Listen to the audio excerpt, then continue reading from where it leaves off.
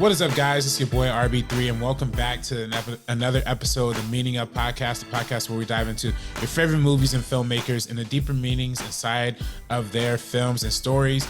And now we are, today is just going to be me, a solo venture. Ace and Sabrina are out, but we are joined by a very special guest, very special guest, the host and creator of the Rebooted podcast, as well as the Greatest Pod. Thank you. And also a reoccurring guest from our legendary Blade episode is Mr. Ed Greer in the building. What's up, Ed? Man, thank you so much for that intro, man. I guess I'm doing a lot of stuff. Sometimes it doesn't seem that way. Sometimes it seems like I should do more. But for the intro, I need to relax. Listen, man, you are doing a lot of amazing stuff. And, obviously I'm a big fan of you. We're all big fans of you here on First Cut. And I'm sure the meaning of listeners love the Blade episode. That's personally one of my favorite episodes too. So very happy to have you back. Talking about another pinnacle piece of 90s Black cinema. The first time we talked about the superhero genre with Blade, this time we're back talking about the horror genre with Candyman.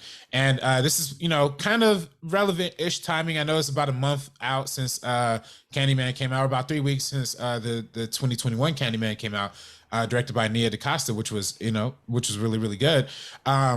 This is a little bit after that, but I think, a good 3 weeks after it really gives us a lot of time to reevaluate our thoughts and really look at how much we really enjoyed the 2021 movie. And it really gave me a chance to go back and dive deep into the 1992 movie and figure out some of the pieces that I loved about that film as well. So I think it's going to be a great conversation. I'm really excited to dive into both of these films and dive into what the differences are, what time and different perspectives and different filmmakers can lead us to for these different films. So I want to hear from you, Ed. We're going to start off talking about the 92 Candyman movie. What are your thoughts on that film? Well, I mean, it's integral. One thing I like about the 2021 one is that knowing a little bit about the 1992 one really helps a lot.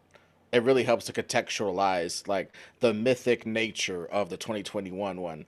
And the 1992 one has it is about storytelling. Like when you look at, I ain't trying to break out the Africa drums real quick under this monologue about to drop, but there's a bunch of storytelling to Black people. So to have a Black horror movie's main element be storytelling, this dude stays alive because of people telling his story and believing him, having that griot type of situation be inside of one of our first main horror concepts to actually get a good budget and come out.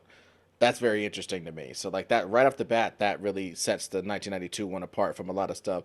I mean, all the rest of the slasher movies that had a good story behind why the slasher was slashing, that's obviously very important. But obviously you see the Candyman story is a little bit different. Yeah, and I think that's why people got. I think that's why the first Candyman has a little bit of a cult following to it. I wouldn't even say a cult following. I think it has a legitimate following behind it. If you look on Rotten Tomatoes today, it has about 70%, a little bit above 70% on Rotten Tomatoes. It made $25 million on an $8 million budget when it came out initially. And it, pretty much didn't really have a lot of stars. It was a pretty, it kind of slipped perfectly into that slasher genre, but it elevated it because, especially during that time, the late 80s, early 90s, that's when the slasher genre was the cheap horror genre that people would go to. There's always that cycle of cheap horror that we see from generation to generation, right? In the 80s and the early 90s, it was the slasher. In the 2000s, it was the torture porn. In the 2010s, it was the found footage. They always find a different way to recreate the low budget experience through horror. And this was supposedly no different. Now, what actually did make this film different is exactly what you're saying, is giving the quote unquote antagonist. I don't even know if you call Candyman the antagonist in this movie. I guess they kind of do make him the bad guy at the end of this film. But you have a way more sympathetic understanding for who this character is and much more tragic backstory. And it roots the story in a much deeper, larger theme of racism, which is and which is real, which is a real prominent American theme. Now, the actual story of Candyman is based on a British short story by Clive Barker named called The Forbidden. And and like I said, Clive Barker, he's a British dude. So he when he was making the Candyman story, it didn't revolve around a black character, it didn't revolve around a slave who, or I'm sorry, a second generation free slave who, Mm-hmm. ended up losing his life. The original short story was much more rooted in I guess British, I guess, classism. I'm not really sure. I Right. don't know. I haven't Right. read the original story. But the what Bernard Rose, who was the director and writer of this movie, ended up Mm-hmm. adapting it into was adapting it, reimagining that sense of classism into racism into current America, which is, Mm-hmm. I think a pretty great decision, especially for a film like Candyman, for for for any kind of slasher film of this era, because there wasn't really any legitimate race based horror at this time. Like there wasn't a lot of representation of black characters, villain or heroes in these kind of horror films. So I think it was an interesting decision. I think there is a little bit of, I do think when we're going to compare the 2021 version to the 1992 version, I do think there is an apt difference in what the perspective of a white male director might have towards the Candyman story and mythology, as opposed to what black filmmakers, like a black woman director like Nia DaCosta, or a writer like Jordan Peele's perspective on the Candyman Mm-hmm. story might be, and how they kind of frame the character as less of how the new version kind of frames the character less as a straight up bad guy, less as a straight up slasher. Mm-hmm. But I think in the first one is definitely, I think it definitely adds a lot more characterization to what would otherwise be a flat line, generic early '90s, slasher villain.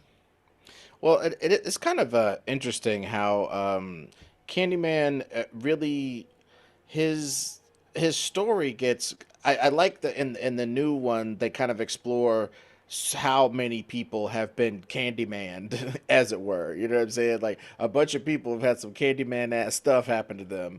The original person, like you said, was basically a freed person, but he chose to try to live as a freed person, i.e., get with a white woman. You know what I'm saying? And it wasn't that he was trying to do that. It happened naturally, and they had a kid, and that was what screwed it up. That was like, all right, you have a kid now. You've made my daughter into somebody who produces half Negro babies. I can't take it. So her father sicks a mob on him, and they kill him and chop his hand off and all that jazz, and slather them with honey, and then bees eat him from the inside out and sting him and all this jazz. And I just think that the over the top one thing that was really interesting to me is like unaware people in 1992 were like, wow, that's some just over the top crazy violence that never happened to nobody. And it's like Candyman's story is light compared to some actual real lynchings that have happened and that are on record and that we have photos of. And people, little white kids standing licking a lollipop watching this lynching are still alive. A lot of these people are still alive that have witnessed violence of this nature. So it was like a shock to the system in the 90s when like people started listening to black people on some level. Maybe the riots had something to do with it, but like people in the you remember the '90s was like a black decade. Like when I think of the '90s, it's basically a black decade to me. Like you got Juice, you got Boys in the Hood, you got Menace to Society. It was like the second '70s happened in the '90s, and the Candyman was just like these black people have always had a white person to be scared of, and I'm not trying to be too on the nose with that. I'm just saying, like from Freddy to Jason to all to Michael Myers and cops, whatever. We always had some white person to be scared of, but we've always known from our family histories, from our neighborhoods, that there are black people to be scared of in your hood that are indicative to you, like they are in your hood, so you are the one who has to deal with them. Beverly Hills doesn't have to deal with the psychos in your hood. No matter what created them, nobody else but the hood has to deal with them. And that was what was interesting about the first one was like the hood had to deal with Candyman. You know what I'm saying? Like, and people who were exposed to the hood got to deal with Candyman, like that white couple in the original Candyman that gets killed in the opening scene or whatever. But really, it was like a hood problem.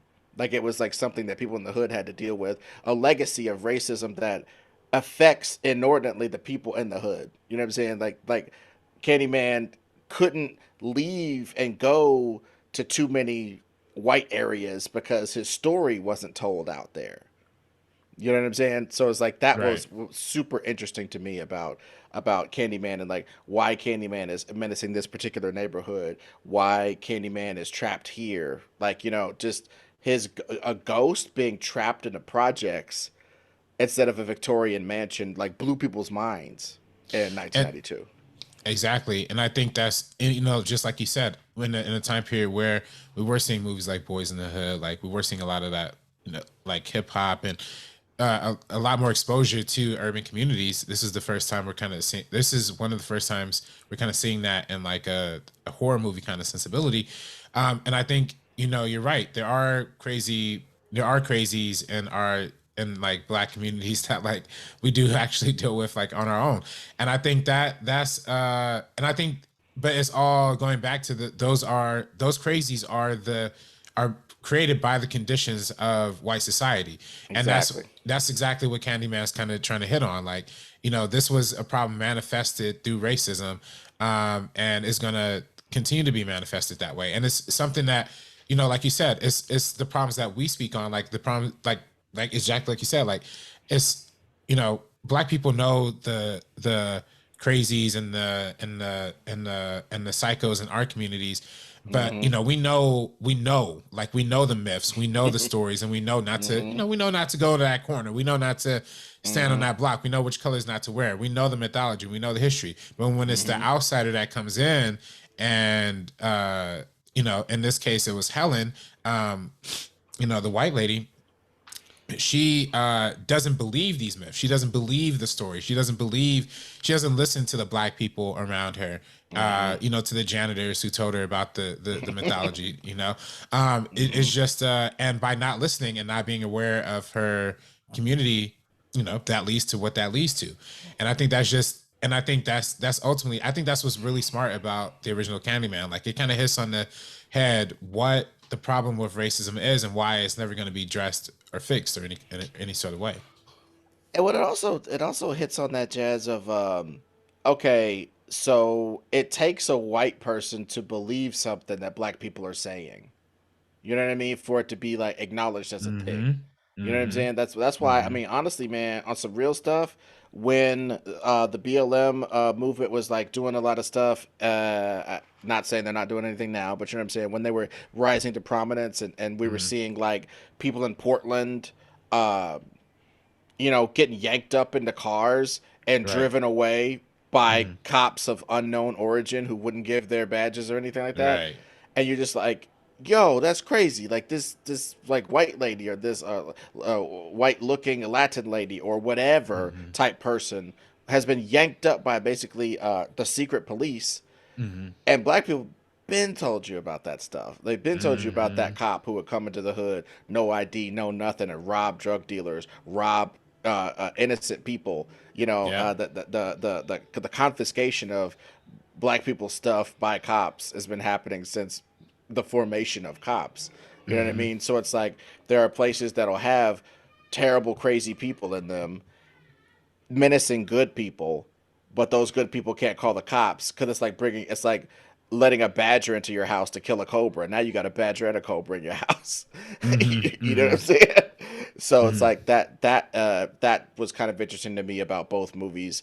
And I also liked in the Virginia Madsen joint, they had more like interracial romance type love stuff in the script, but it got slowly cut more and more out. The spirit of it is still there in him believing that this lady, basically Candyman, the reason why Virginia Madsen's character doesn't die in 2 minutes is Candyman believes that she's the reincarnation of his love from back in the days.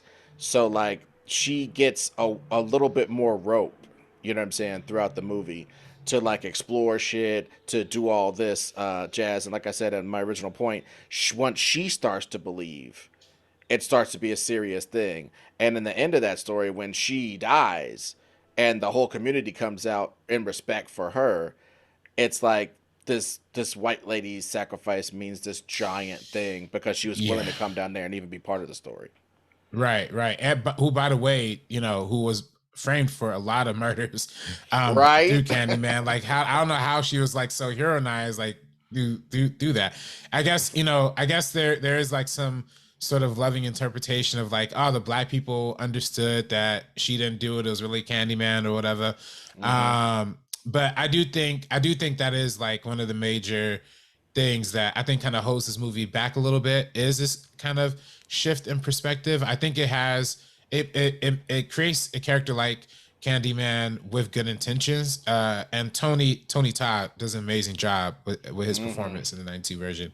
But I think they kind of lack a little bit of like racial awareness in the actual ending. You know what I mean? Like Mm-hmm. I think there is a little bit of like uh there is a little bit of like white savior complex, like towards the end of it, right? Like, Mm-hmm. where only she can save this baby that he's kidnapped, this black Mm-hmm. baby that he's kidnapped. Even though I think she is like a white savior at the end too. I think they also double down on like the kind of like not understanding like the exact like moral side, the exact moral siding of it, because she ends up having like that black friend. I forget her exact name off the top of my head. But she The has one like the that was light played skin. by Casey Lemons. Yeah. Yeah, exactly. Yeah. She has a light skinned homegirl who who Candyman just kind of, acts as for to frame Helen for the murder, but I think it kind of diminishes like what the Candyman's purpose was. I think that's something in the 2021 version they kind of made a very clear and defined point of like, oh, this new Candyman is only going to kill white people. Like he's only going to kill the people who are like outside of the community. I think there's a little bit of like, I think you know, Candyman is supposed to be summoned when Candyman is summoned when somebody says the name 5 times, like in a mirror. But when does that like when did that happen for like for the friend? When did that happen to Casey Lemon's character? Like it was kind of like a Mm-hmm. victimless crime in that sense. And I think in the case of like the new Candyman film, and I'm saying this dang name so many times I gotta look out behind me. But I think in the case of the new 20 I think in the case of the new 2021 film, they make a very distinct point of, yeah, he's not gonna mess with too many people of color. He's not gonna mess with almost any people of color. And it's only gonna be he's only going to be framed in like a positive, not necessarily a positive light, but only through a sympathetic light. They give you a little bit of sympathetic backstory in the 92 film, but they definitely still make him a full-on like scary antagonist by the end of it. So Well, I mean, but the thing is, I think that's one thing I heard a lot though, about the new movie is this concept that it definitely you can see from the optics that more white people get killed in than the new Candyman than in the previous one. That's just a fact. However, the Candyman's murders are always just simply to keep the name alive. Every single murder is to keep the name alive. All the murders have this mm, purpose. You know what I'm saying? mm, So like mm, when the ostensible villain, as we ease on into 2021 Candyman and start dovetailing back and forth between them, the ostensible villain in the new Candyman movie from 2021, basically his whole jam is this villain wants to set up a new person to be a new Candyman vessel, right? And to be a new interpretation of the Candyman thing because his sister and her friends got killed up doing the Bloody Mary thing in the mirror. You know, they mm, got mm, killed up by Candyman, and they were black girls, and that that Mm. rooted so hard in his mind that Mm. because he saw the guy who was brutalized by the cops and killed with the hook hand that wasn't a bad guy, but just happened to be kind of in the Candyman milieu. Like he was probably cognizant of the mystique of wearing a coat and having a hook or whatever, but Mm. maybe with a little simple minded, maybe a little undiagnosed mental jazz with the dude throwing candy Mm. out of walls and shit. You know what I mean? Right. That type Right. of person might not have it all upstairs. However, is the Mm-hmm. way to politically correctly say that. So a Mm-hmm. person like that who's already disabled, who has a little few quirks and stuff, Mm. gets murdered by the cops and then comes back and kills his very sister later because he has now become this totem. You know what I'm saying? He's become this totem Mm. of these Mm-hmm. violence that happens. So it's like he's trying to recreate that and maybe even change the face of Candyman so he doesn't see that same person in his mind anymore, that there's a new Candyman or something. He's got some kind of amorphous. It's one of the weaknesses and strengths of the new movie is that character and what he's Mm. trying to accomplish with what he does with the Candyman The mythos. Coleman Domingo Yeah. character. Yeah, Yeah, yeah. that there's one of the strengths and the weaknesses of this movie is like it's dope what he's trying to do, but I don't understand necessarily why he's trying to do it. And if you have a scene where he just sort of sits down and tells you, that's bad filmmaking. Mm. But you know what I mean? So it's like it being a little amorphous kind of hit me a little weird. But over the overall, you get what he's trying to do, which is now weaponize Candyman instead of having it just be something that randomly comes across people who say these words, who happen to be in this community who only knows about them. Do something to shake it up to where more of the people that quote unquote need a little hook handed justice get it rather than people like his sister. So Mm-hmm. overall, that's communicated. But all I'm saying is all the murders every single time are just to keep Candyman's name alive. Whether they're black, the white, whatever, Mm. every Candyman murder is just to keep the name alive because nothing sells papers and spreads word like murder. So I Mm. think that that's one thing that should be understood about Candyman as a concept. Candyman could come out and tickle your feet. Candyman could throw your dog up against the wall. Candyman could change the channel on your TV, turn Coke to Pepsi. Mm. He murders, Mm. and is the biggest thing he could do to keep the name alive. Right. Right. And I think that's like a perfect transition to get into what the 2021 movie is all about. It's just it was remembering what the history, not only what who Candyman is, but what the history of Candyman is and the history of the community of Calabri Green, which is, I believe, in Illinois, if I'm not mistaken. Um, this is I think the 2021 Oh, version is just so you cut in. I think it's Cabrini Green. It's Cabrini Green. Cabrini Green. What did I say? I Cabrini pronounce. Green. Yeah, yeah, yeah. Calabria. So, you put an L up in that bitch. I'm really yeah. I don't know words. I'm so bad at words. I'm just saying, Um, cut around it. yeah. No. I'm leaving that in. Trust me. I Calabrini green. Look at calamari green. Um, Hey, them no. squids in the hood, they just taking over. We had to make calamari out of them. Yeah, facts. Cut them up. That's a good Watchmen connection too. You know what I mean? Shout out to Yaya too, man. You killing it. But yeah, I mean, I think especially, I think the main takeaway I get from this new Candyman is tackling of gentrification, right? And it's tackling of Mm-hmm. how this former project that we were introduced to in the first movie, predominantly black area, Mm-hmm. which this white couple was moving into, probably one of the early examples of gentrification itself, right? Like this white Mm-hmm. couple moving into this project area because it's poor. This is not something that they necessarily directed directly in the 92 movie, but that's there, right? And that's what Mm-hmm. the inklings, that's what gentrification starts to look like almost 30 years later. So we see it play out almost Mm-hmm. exactly to the timeline accordingly.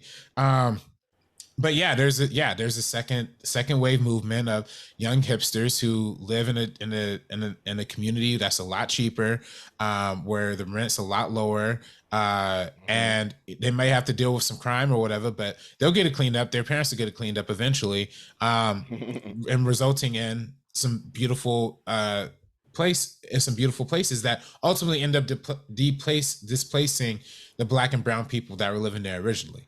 And I Mm-hmm. think that's what's fascinating about this version of Candyman is that the story of Candyman didn't the legacy of Candyman didn't uh remain preserved and Cat was it Cat Cabrini Green, right? Yeah, Cabrini? Cabrini Green. Yep. Cabrini Green.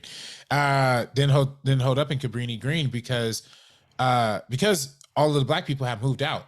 It's Mm-hmm. now fully white people there. And Yaya it's gotten to the point where now Yaya and Teyana Paris, who are both outsiders to the community, but they are both, fortunate to be living pretty wealthy and having, both good careers.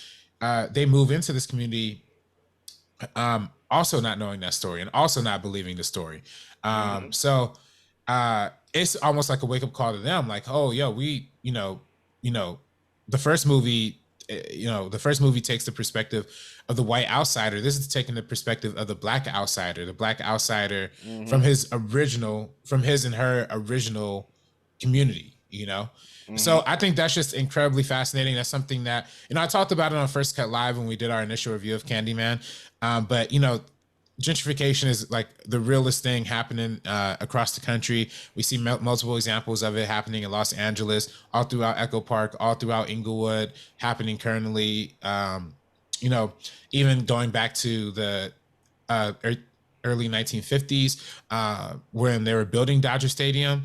That originally, that whole Chico Rivera was actually a fully brown Latino or a Mexican community that was completely displaced in order for the city to build Dodger Stadium there. And they Mm-hmm. never, and in the promise of building all of these new residences, new homes in neighboring communities, and never actually doing that. So it's a very, very real thing. It's the thing that cripples communities and cripples history. And it's the history of the Candyman figure ultimately just ended up being whitewashed away. So I think that's Well, just super fascinating to dive into this new movie.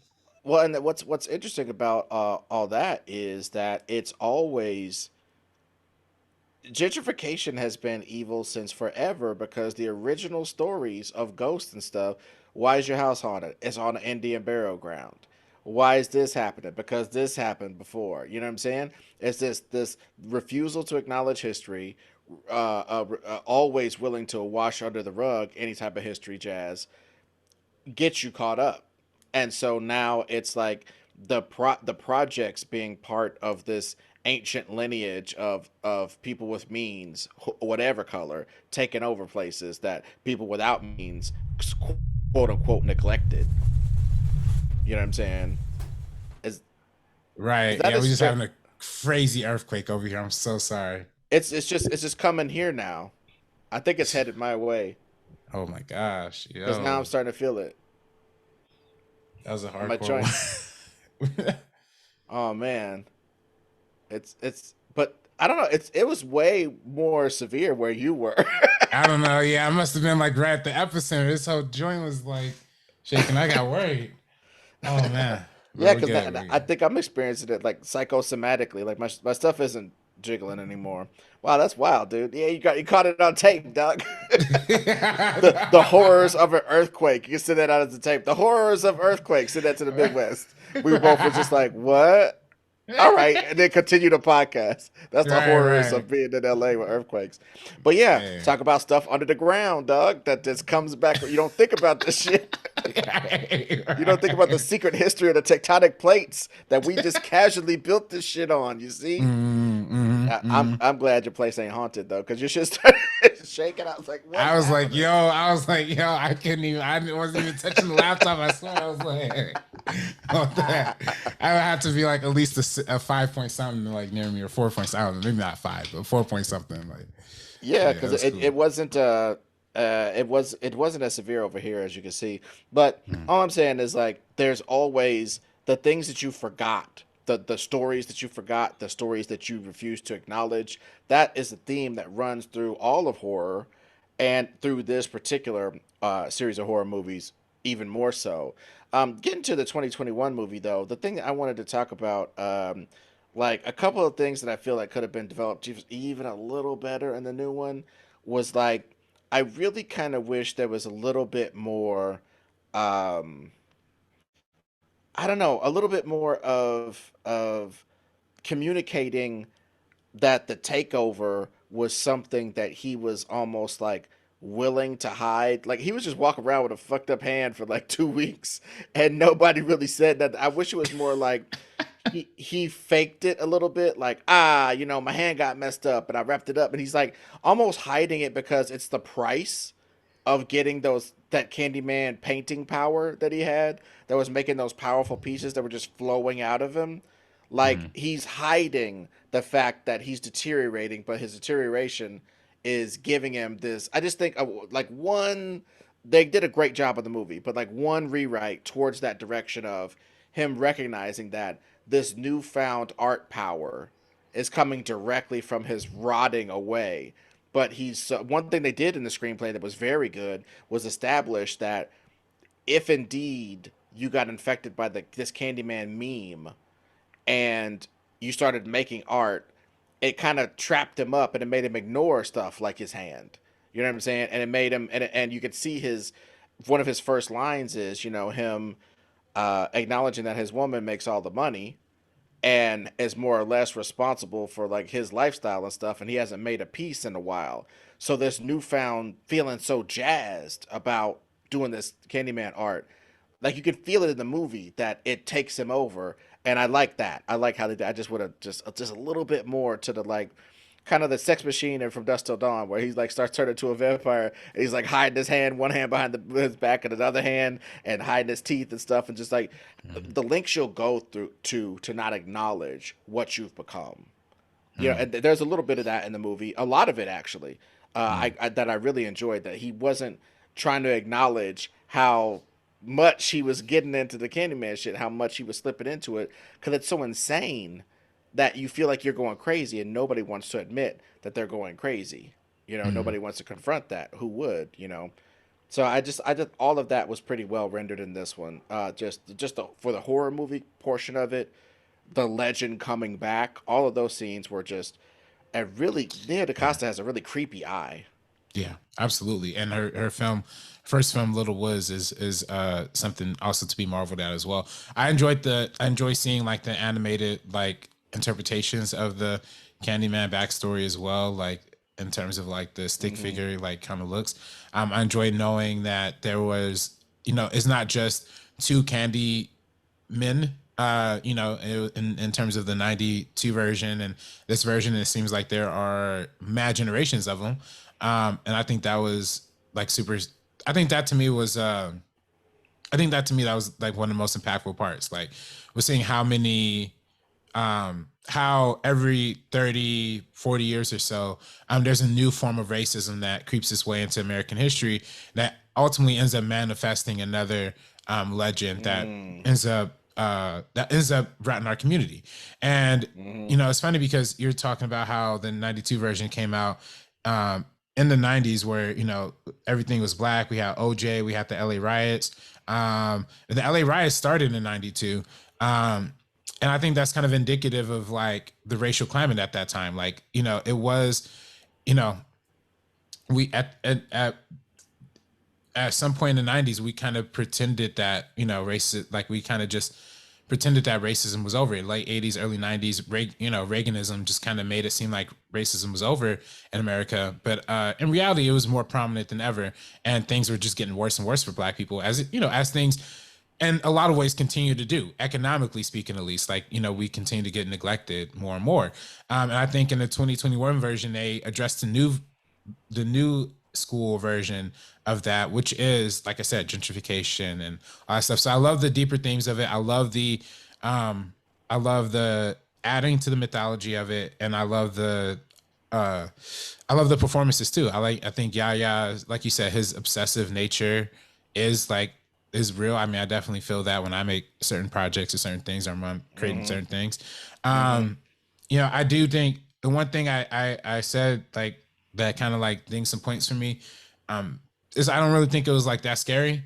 I just didn't think it was I mean, dude, like, I would speak on that really quickly because, like, mhm, it really, you're right. Because I mhm. think it was a little, the only thing that was really messed up was that it was a little too the so-called right people are getting killed Yeah, type. It yeah, was a little bit too much on that. And a lot of people are interpreting that as like too much wokeness or too much this or too much that. It was just a basic cardinal rule that you Mhm. don't make you don't make anybody in the audience feel safe. You know what I'm Mhm. saying? You don't make Mhm. anybody feel safe. That's how you make Mhm. a really scary movie. It's like that's what where the Jason movies messed up. We talked about it on the Greatest Pod a little while ago. Was the Jason movie started being funnier than scary because you were Jason and you were Yeah. killing all the right people, the asshole punk couple who don't respect nothing to put their muddy boots up on stuff, the weird people who blow into town and steal stuff for no reason or act gangster and push you around and stuff, the Mhm. people who are getting more ass than you an incel, you 14, you know what I'm saying, everybody who you don't like as a society, especially frankly white male society or teen white male society, was straight getting Mhm. murdered in those movies. So what most of the people who started identifying with that point of view didn't care anymore. They were no longer scared. And that sort of happened in this Candyman and this Yeah, dude. I think that's exactly what happened. I think people, um, I think I think that's also why I kind of, when I gave my initial review, I said it was a little like predictable as well. Like yeah, I think at a certain point, I'm like, all right, this white person's gonna die, this cop is gonna die, this is gonna die, and which by the way is good and is consistent, and I think that again, I think it's kind of completely retextualizing um like what Candyman is. Like again, like he Mm-hmm. went from the straight up villain, straight up antagonist in the first one, to Mm-hmm. now being a really sympathetic and smart villain in the first one, to being just a straight up like protagonist, almost like hero in this. Like almost to the point, I feel like if they make a Candyman 2, it almost got to be him like killing off some like racist white people, you know what I mean, or something. I don't know. I don't even know how they Well, go and from gentrified community to gentrified community and just slash them away. I don't know. and the thing about the thing I really I enjoyed about it is Nia DaCosta's eye and the way the story unfolded and stuff. The thing I didn't like was homegirl. Damn, I'm forgetting her name right now. But you probably got it up there. The main actress. She's gonna be in Oh, Teyana Paris. yeah, Tiana Paris. She's going to Mm-hmm. be in Captain Marvel, or rather, The Marvels, Mm-hmm. which Nia DaCosta is directing and will kill. And I know that she'll do a movie that I think people will be talking less of that stuff they was talking about the original one. You know Oh what I'm yeah, saying? for Because sure. like the original Yeah. Captain Marvel just had some like, just hey, just be yourself and you win all the time. You know what I mean? I think there'll be a little less of that stuff and a little more like, all right, there's levels to this game of being super, and I know the visuals will be tighter because like her eye is frankly better in my mind than the people who directed the original Captain Marvel. But I'm stop. Again, Captain Marvel wasn't no bad movie or nothing, but it's just like, ugh. Right. But I think that Tiana Paris, her having a history of I when I was talking earlier about mental illness in the black community, there ain't no bunch of damn psychologists trying to care about black people's mental health. You know Mm-hmm. what I'm saying? There's Mm-hmm. just it's not even it's not Ain't no there's no studies there's for us. well, there's no Yeah. money in it. You know what I'm saying? The only Mm-hmm. the most the black mind has been studied is them CTE experiments for the Yeah. NFL. You know what That's I'm a saying? fact. That's the biggest that fact of all time. you Yeah. know what I mean? That's about it. Studying the brain. So nobody cares. So I think that aspect was interesting in that her father was either depressed or schizophrenic or some combination of different mental maladies and killed himself. You know what I'm saying? Mm-hmm. In the movie, and had gotten obsessive before he did it, and then offed himself. So she was seeing for her own eyes that her man, also an artist, also a black man, much like her father, like she was seeing her father again.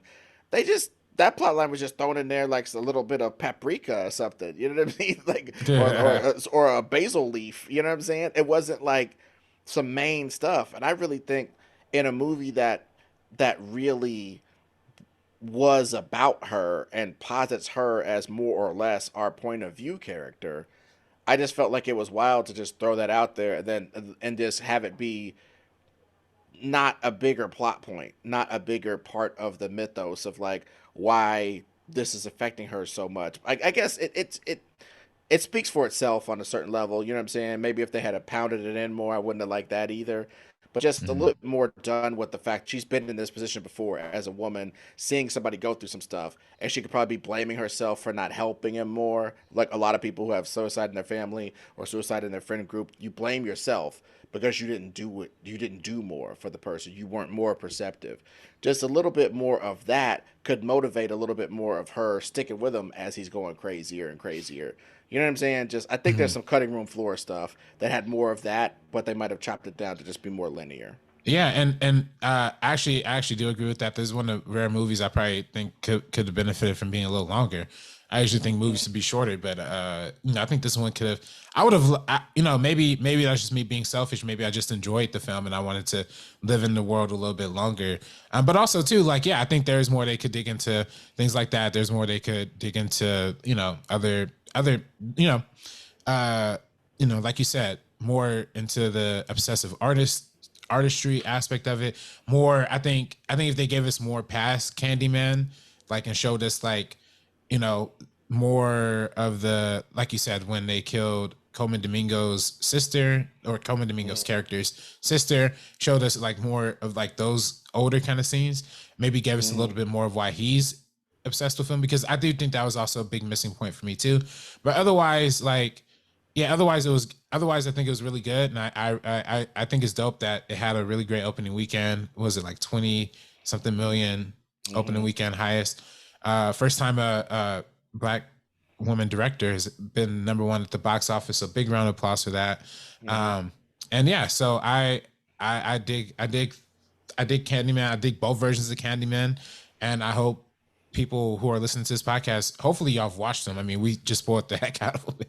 So if you haven't watched them, that's kind of crazy. Ed, do you have anything left to say on the Candyman franchise? I also, Um, I'm sorry, there's also two other films that were released: Candyman 2, Candyman 3, in the 90s, 95 and 99.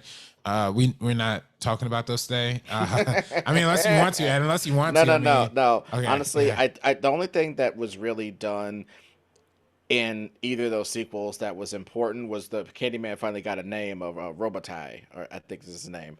That kind of got in there so we could understand that Candyman was a person with a name. You know what I'm saying? But and they even use it in this movie. You know, when they name him. But oh, other nice. than that, I really think that as far as again, I just when I was researching for this and looking at other people's opinions about it on the internet, one thing I just kept running into was this like it's so woke and it's so on the nose, and it's just like 100 years of cinema where black people are porters is really on the nose Right, about right. what you think. 100 years of Mm, cinema of black people dying first is really on the nose. You really might mm, want to mm-hmm, be a little bit mm-hmm, more subtle with your message. mm, You dig? Because it's like that's all I gotta say about that. You know what I mean? Like people coming out the woodworks talk about we hate how this pounded us over the head. Black people carrying bags and getting shot first for 100 years mm, in film. That is that's really on the nose. That's mm-hmm, really hitting somebody over the head with a message. So now that you know what I mean? So now that there's mm-hmm. another message, don't trip. There's still 99.6 of the percent of the rest of the movies for you and about your ethos.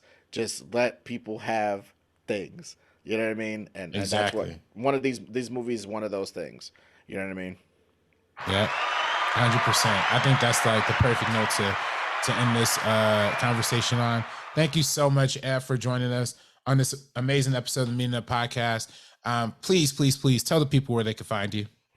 They can check out Reboot It. It's a YouTube show, and we've dropped all the episodes on podcast form as well. Reboot It. It's me, Billy Business, producer Bill, and my man Ron Swallow from the Greatest Pod. We formed like Voltron to reboot movies from Star Wars to X-Men and everything in between. So check that out on YouTube.